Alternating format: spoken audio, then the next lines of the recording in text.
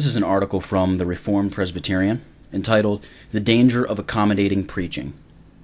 The following judicious remarks from the pen of Dr. Porter will illustrate the title which we have prefixed to this article.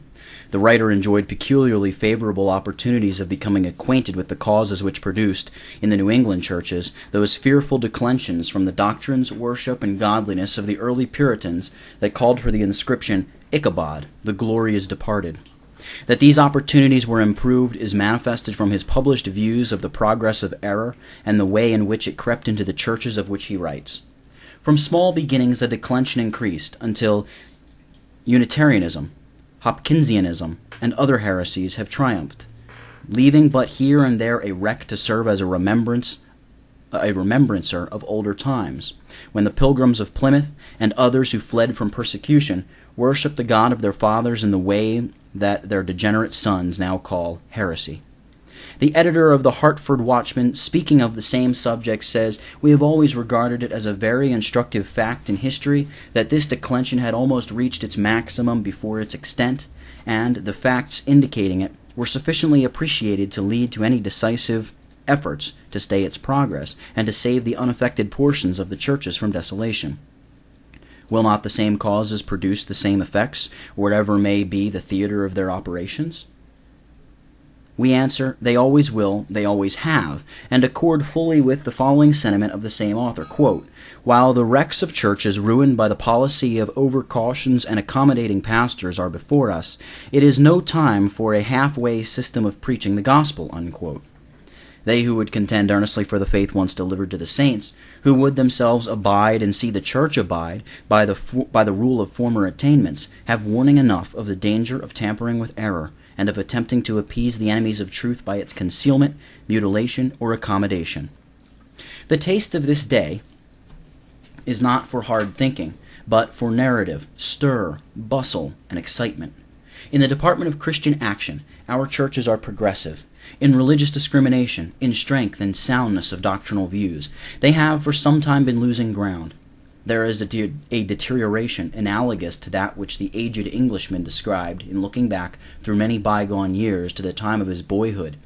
"Then," said he, "we had oaken tables and oaken plates and oaken seats and willow baskets, and then we had oaken men.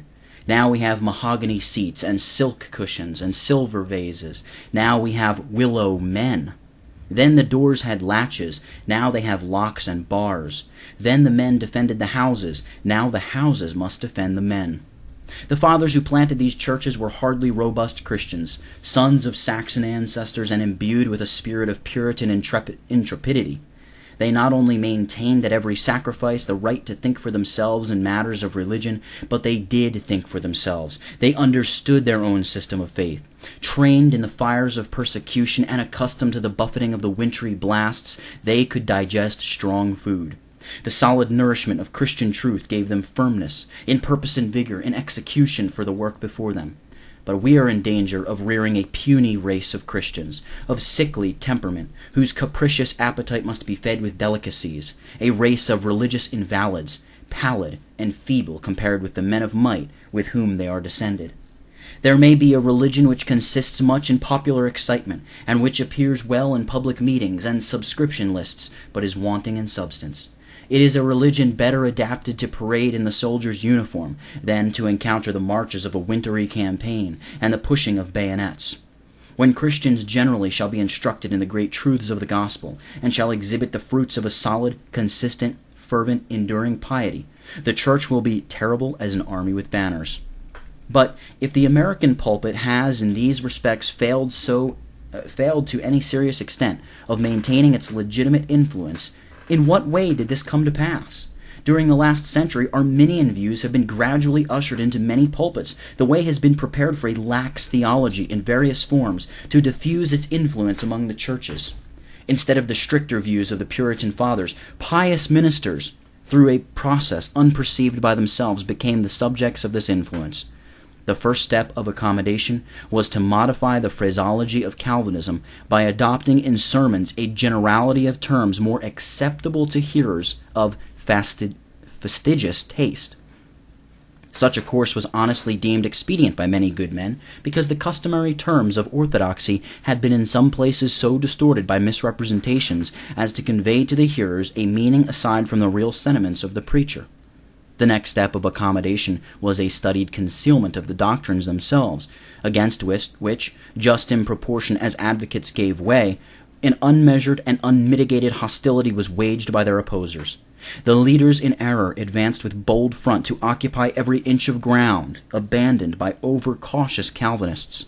At last, when about 1815 they displayed their banner in open day, the state of the Christian community in the region, which had been the chief theater of this declension, was in many respects not merely extraordinary, it was deplorable. Churches there were planted by the Pilgrims, and in whose cemeteries reposed the dust of their venerable founders. Churches whose former pastors had been burning and shining lights. Churches whose present pastors had gloried in their attachment to the doctrines of the Reformation, and whose public repudiation for orthodoxy assigned them to the first post of martyrdom, should martyrdom become the test of fidelity. And yet, strange as the fact may seem, and lamentable as it certainly is, these same churches, for years together, had too rarely heard any one great doctrine of the Reformation fully, distinctly, unequivocally exhibited from the pulpit. Generally and indefinitely, they were accustomed to hear all these truths maintained, but not in the form of undisguised, specific statement and proof. On the contrary, many who were communicants in these churches, zealous too for an undefined orthodoxy, if they had happened to hear a sermon from some preacher, not aware of the cautious diction to which they were accustomed, or not disposed to adopt it, would have complained of that sermon. Under an explicit discourse on total depravity, or personal election, or special divine influence in regeneration, these hearers, notwithstanding their zeal for orthodoxy, might have writhed with impatience, or perhaps, like the hearers of the dying Stephen, quote, been filled with wrath, unquote.